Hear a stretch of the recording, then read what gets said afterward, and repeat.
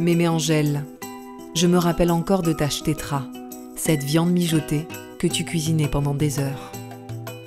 Mamie Colette, tu t'es mariée à Notre-Dame d'Afrique et je ressens encore tous tes souvenirs. Mais que sait-on vraiment de vous? Qui est ce peuple de Méditerranée? Et l'on m'appelle l'oriental, car moi je suis sentimental.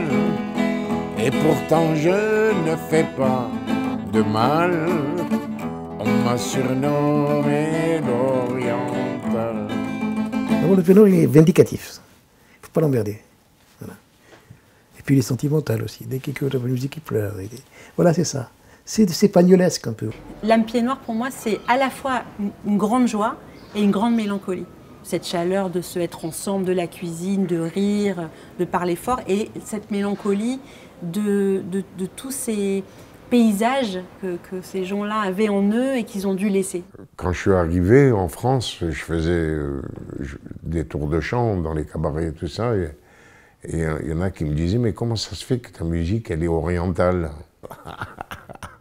À ce moment-là, les Français ne nous comprenaient pas au départ. Mais grâce à mes chansons, ils nous ont mieux compris. Les Pieds Noirs, je crois, c'est des êtres de chair et de sang, de colère et de passion. C'est ça que j'aime, j'allais dire chez eux, mais chez nous. J'ai quitté mon soleil, j'ai quitté ma mer bleue. Météo.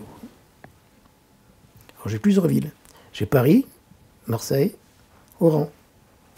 Je sais, voilà, à Oran, belles éclaircies en ce moment. Vous voyez? C'est ça qui reste. Comment expliquer ça? Je suis un chanteur de variété, mais quand je chante la musique arabo-andalouse, je redeviens un Algérien.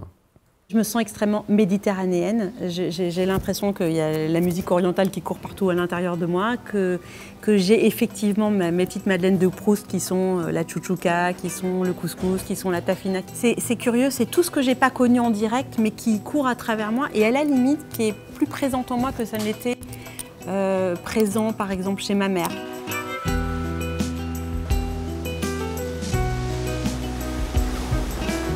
On allait pique-niquer, nous, le lundi de Pâques, le lundi de Pentecôte, que ça ne se fait pas ici. Ça ne se fait pas. On a essayé d'instaurer ça, mais quand on a vu que ça ne prenait pas, ben on a laissé tomber. Chez moi, à la cité des Eucalyptus, où il y avait une famille juive, une famille arabe et notre famille, à chaque fête, ils traversaient le hall pour nous donner l'assiette de gâteau. Et ma mère, quand elle faisait les mounas, elle apportait une mouna à chaque voisin. Et c'était comme ça toute l'année. Mon père, il dit souvent, je m'en souviens à 2000%. Ça s'est cristallisé dans sa mémoire. Et il n'y a que les grands bonheurs ou les grandes souffrances qui s'enracinent autant dans un destin. Mektoub, je dis pas destin. En français, je dis mektoub. Tu vois, c'est mektoub. Alors j'ai dit, Daniel, j'ai dit, tu sais ce que c'est? Il me dit non. J'ai dit, ça veut dire destin en arabe. Soleil, soleil de mon pays perdu.